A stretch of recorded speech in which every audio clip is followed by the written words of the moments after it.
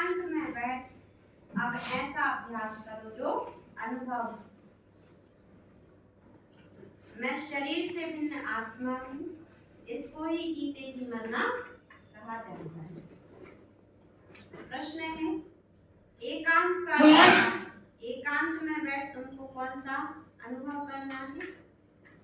उत्तर है, एकांत का अर्थ है एक की याद में इस शरीर का अंत, अर्थात एकांत में बैठ ऐसा अनुभव करो कि मैं आत्मा शरीर चमड़े को छोड़ बाप के पास जाती हूँ।